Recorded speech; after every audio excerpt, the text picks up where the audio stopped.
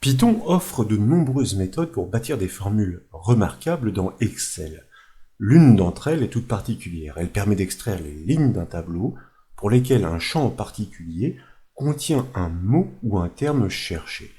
Cette méthode se nomme contains.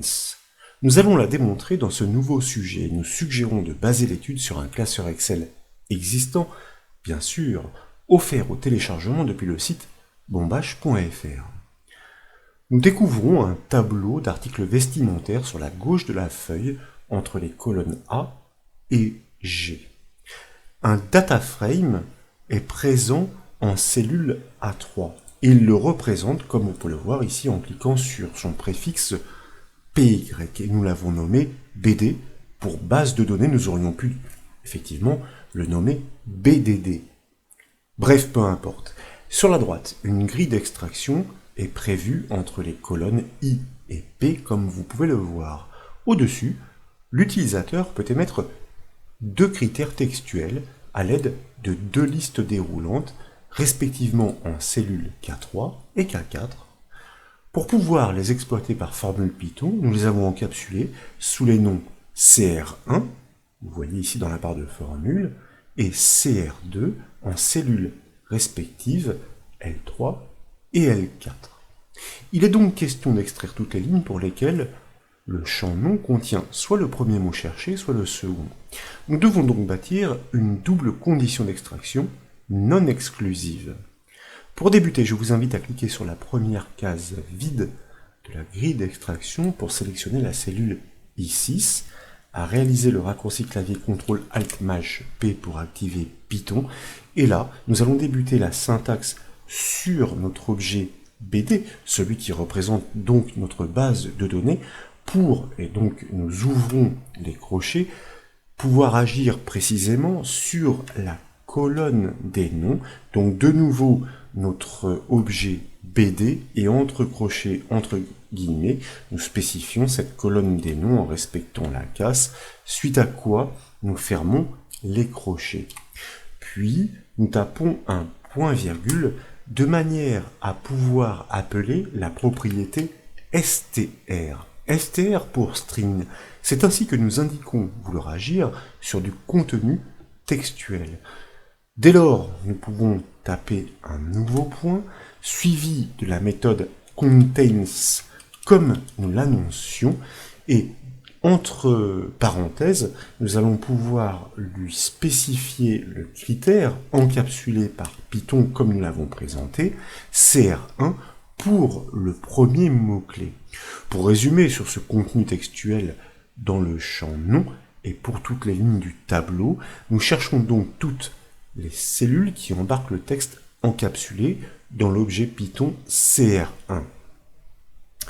Nous pouvons maintenant fermer le crochet de la base de données, et puis, pour essayer, nous allons valider la formule par le raccourci clavier CTRL-Entrée. Nous obtenons un data frame, mais nous souhaitons exploiter visuellement ces données. Donc, comme nous en avons l'habitude, à gauche de la barre de formule, nous cliquons sur la flèche dirigée vers le bas, et nous choisissons l'option Valeur Excel.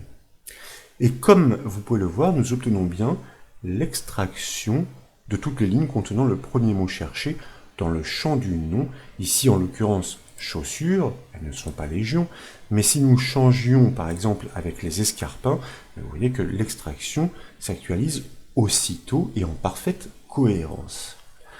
Mais nous l'avons dit, nous souhaitons combiner deux axes de recherche de façon non exclusive. Le deuxième mot-clé doit donc être pris en considération. En Python, l'opérateur OU se matérialise par la barre verticale. De nouveau donc, nous sélectionnons la cellule de notre formule Python, la cellule I6. Là, dans la barre de formule, nous cliquons juste avant le crochet fermant pour pouvoir faire évoluer notre syntaxe. Nous tapons l'opérateur OU, comme nous l'avons dit, la barre verticale, Alt-GR 6 en haut du clavier.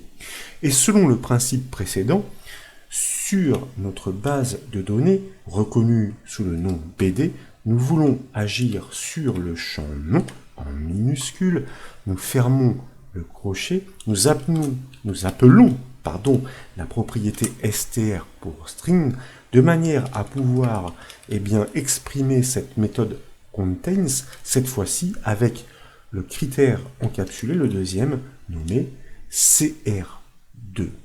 Dès lors, nous validons cette adaptation de formule par le raccourci clavier CTRL-Entrée, et nous obtenons bien l'extraction des lignes contenant le premier mot-clé cherché, ainsi que celle embarquant le second.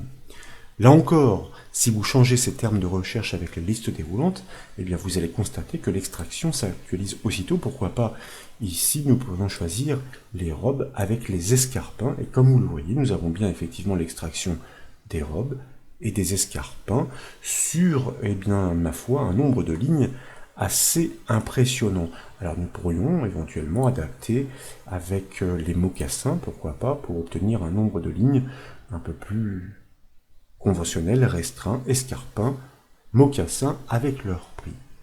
Pour terminer la solution, il apparaît opportun de classer les lignes extraites non pas dans leur ordre d'apparition dans le tableau d'origine, mais dans l'ordre croissant sur les prix. Nous aurons ainsi une chronologie de lecture intéressante, et comme nous l'avons déjà appris, c'est la méthode Python sortValues qui permet ces organisations maîtrisées. C'est pourquoi, pour une dernière fois, je vous invite à cliquer sur la cellule I6, dans la barre de formule, à cliquer à la fin de la syntaxe pour y placer le point d'insertion, à taper un point pour appeler la nouvelle méthode à suivre, celle du tri, nous l'avons annoncé, sort_values, suivi d'une parenthèse ouvrante, pour commander un tri qui par défaut est croissant, oui, mais sur quelle colonne? Sur la colonne des prix, prix au minuscule, comme le veut le tableau d'origine. Nous fermons les guillemets, nous fermons la parenthèse, nous validons la formule par le raccourci clavier CTRL-Entrée. Et nous obtenons toujours l'extraction sur les deux axes de recherche, mais cette fois restituée dans l'ordre croissant sur les prix pour une meilleure lecture, et comme nous le souhaitions. Une fois encore, nous pouvons ici ajuster ces leviers de recherche pour, pourquoi pas, remplacer les escarpins par les chemisiers, et à validation, avec un petit temps d'analyse, vous remarquez que nous obtenons l'extraction dynamique chirurgicale souhaitée et organisée. Voilà donc pour cette nouvelle démonstration, j'espère qu'elle vous a plu, Python dans Excel, si c'est le cas comme toujours, je compte sur vous pour mettre un petit j'aime à la vidéo, et comme vous le savez, vous pouvez retrouver toutes les astuces et formations sur le site bombache.fr. Je vous remercie.